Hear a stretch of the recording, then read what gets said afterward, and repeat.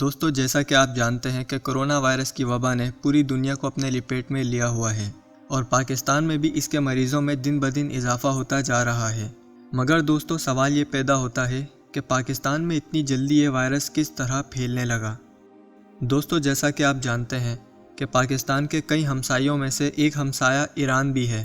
ویسے تو ایران پاکستان سے ظاہری طور پر دوستی کے دعوے کرتا رہتا ہے، مگر آئے روز کچھ نہ کچھ ایسے ثبوت اور واقعات پیش آتے ہیں جس سے ایران کی پاکستان کے ساتھ دوستی کے کھوکھلے دعووں کا پول کھل جاتا ہے۔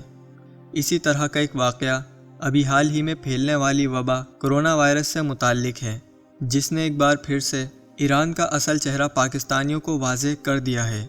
دوستو ایران اور عراق میں موجود کئی مقدس مقامات ایسے ہیں جو مسلمانوں کے لیے بڑے محترم ہیں، اور انہی مقدس مقامات کی زیارت کے لیے پاکستان میں لوگوں کی ایک بڑی تعداد زائرین کی شکل میں ایران اور عراق کا رخ کرتے ہیں۔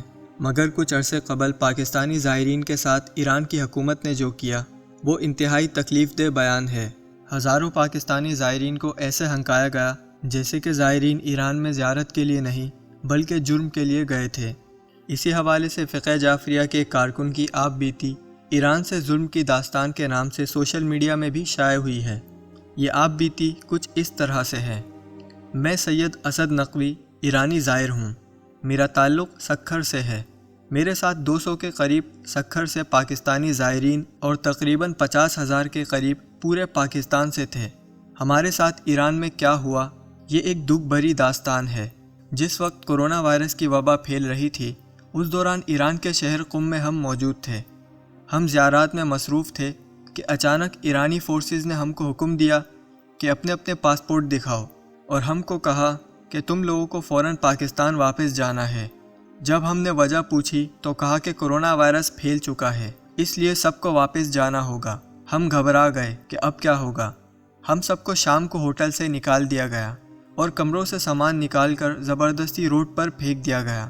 عموماً سوار ہونے کے لیے بسوں کا شیڈیول ہوتا ہے اور ہمارے ساتھ عورتیں اور بچے بھی ساتھ تھے۔ جب ہم نے معلوم کیا تو ہمیں پتہ چلا کہ ایرانی فورسز نے دوسرے ملکوں انڈیا اور عراق اور افغانستان کے زائرین کو کچھ نہیں کہا، اور جب کہ ہمیں زبردستی واپس بھیجا جا رہا تھا۔ رات کا وقت تھا، ہم سوچنے لگے کہ اب ہم کہاں جائیں۔ ہمارے ساتھ 30 زائر بیمار تھے، خدشہ تھا کہ ان کو کرونا وائرس ہے۔ صبح کے وقت ڈبل پیسے دے کر تفتان کے لیے روانہ ہوئے۔ راستے میں روٹی کے لیے ڈرائیور نے ہوٹل پر بریک لگائی۔ ہوٹل کا عملہ آیا اور کہا کہ نیچے نہیں اترنا۔ شاپر میں روٹی اور سالن دیا گیا۔ بس میں ہماری بری حالت تھی۔ بیمار زائر ایرانیوں کو بددعائیں دے رہے تھے، مولا ایران کو تباہ کر دے۔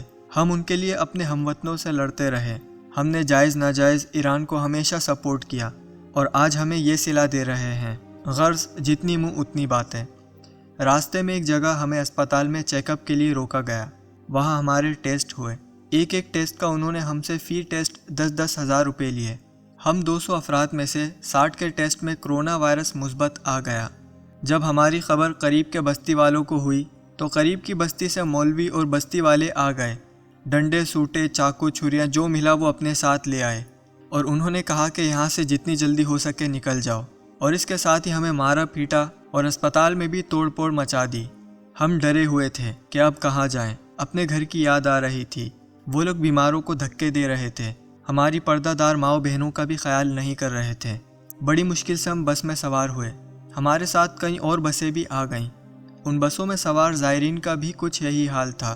ان کے بسوں پر پتھراؤ کیا گیا تھا۔ اکثر بسوں کے شیشے ٹوٹے ہوئے تھے اور مسافر زخمی تھے۔ کربلا کی طرح ہمارا بھوکا پیاسا لوٹا پٹا قافلہ تفتان بارڈر پر پہنچا۔ پاکستان میں یہ خبر پہنچ چکی تھی، لیکن بارڈر پر موجود عملہ پریشان تھا کہ اب کیا کریں۔ بارڈر پہ پاکستانی حکام کی ایرانی فورسز کے ساتھ بات چیت شروع ہو گئی کہ ان سب کے پہلے ٹیسٹ کیے جائیں، لیکن ایرانیوں نے یہ بات نہیں مانی اور ہم پر لاٹھی چارج شروع کر دیا۔ ایسی حرکت تو یزید کے ماننے والے ہی کر سکتے ہیں جو ایرانی ہمارے ساتھ کر رہے تھے۔ ساتھ ہی وہ لوگ پاکستان کو غلیظ گالیاں بھی نکال رہے تھے۔ ہم پر تشدد کرنے پر ہماری عورتیں اور بچے چیخنے لگے۔ ساتھ ہی ہماری عورتوں اور بچوں پر بھی ہاتھ اٹھایا گیا۔ ہم ان کو مولا علی کے واسطے دیتے رہے کہ ان کو نہ مارو، بچوں کا کیا قصور ہے۔ انہوں نے زبردستی پاکستان کی گیٹ کی طرف ہمیں دھکیل دیا۔ پیچھے بھی قریب 70 بسوں کا قافلہ آ رہا تھا۔ ان سب نے بتایا کہ ان کے ساتھ بھی ایرانی بڑے برے طریقے سے پیش آئے۔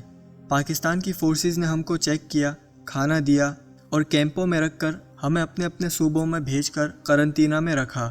ہمارے ساتھ کے کچھ زائرین بھاری رقم رشوت میں دے کر اپنے گھروں میں چلے گئے اور اب یہاں پر ہمارا علاج جاری ہے۔